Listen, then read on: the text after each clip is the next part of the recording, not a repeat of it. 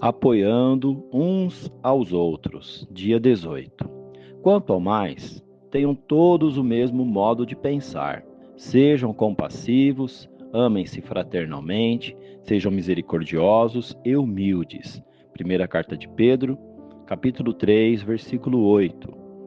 Deus nos capacita a amar uns aos outros e tirar o medo de nosso meio. O medo em nossa comunidade cessa quando amamos e sustentamos uns aos outros, de tal forma que cada membro se sente seguro dentro do grupo, conforme a primeira carta de João, capítulo 4, versículo 18. Essa segurança permite que revelemos nossa humanidade, inclusive nossa alegria, dor, altos e baixos, vitórias e derrotas. Proporcionamos uns aos outros a mesma segurança em comum que Cristo nos dá. Temos liberdade para ser genuínos, tristes, confusos e, mesmo assim, amados.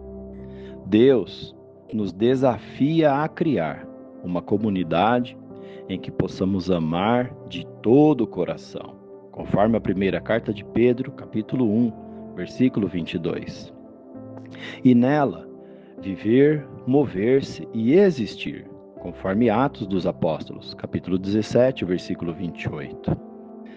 Deus quer que juntos choremos e celebremos, cuidando de cada um igualmente, conforme 1 Coríntios, capítulo 12, os versículos 25 e 26.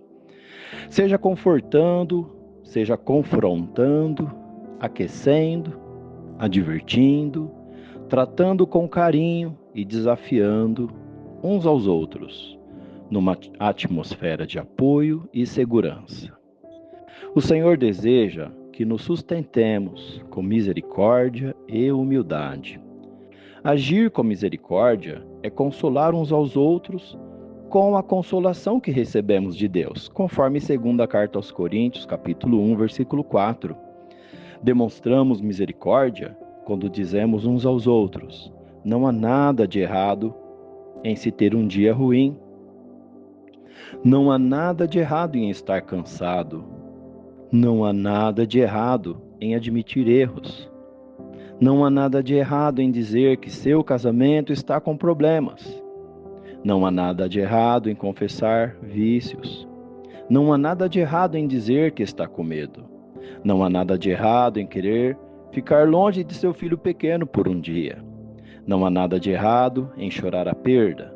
Não há nada de errado em ter dúvidas, estar confuso, chorar. Agir com humildade não é focar na própria indignidade. É preocupar-se em ter comportamento humilde.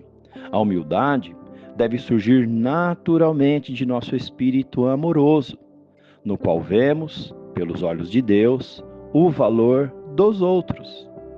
Também significa entendermos o valor que temos em Cristo e o nosso propósito único.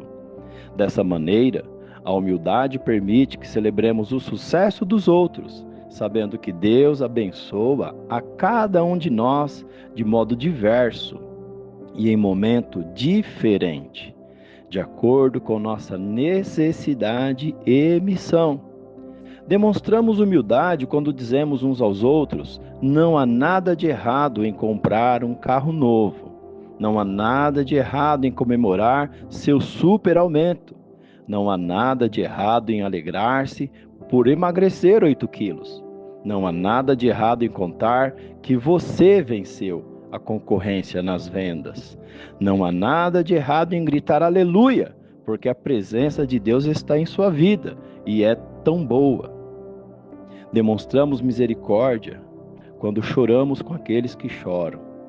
Demonstramos humildade quando nos alegramos com as bênçãos recebidas pelos outros, como se fossem nossas.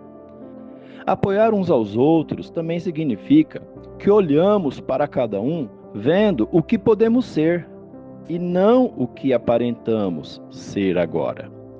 Jesus chamou Pedro de pedra, quando o pescador continuava a agir com impulsividade, conforme relato de Mateus capítulo 16, versículo 18. Deus chamou Gideão de poderoso guerreiro quando ele se escondia dos inimigos, conforme Juízes capítulo 6, versículos 11 e 12. Edificamos e encorajamos uns aos outros quando nos vemos em relação aos propósitos e à missão de nossa vida, conforme primeira carta aos Tessalonicenses, capítulo 5, versículo 11. À medida que buscamos maneiras pelas quais podemos suportar uns aos outros, conforme Romanos, capítulo 14, versículo 19, poderá ser útil lembrar que a palavra suportar literalmente significa emprestar força a.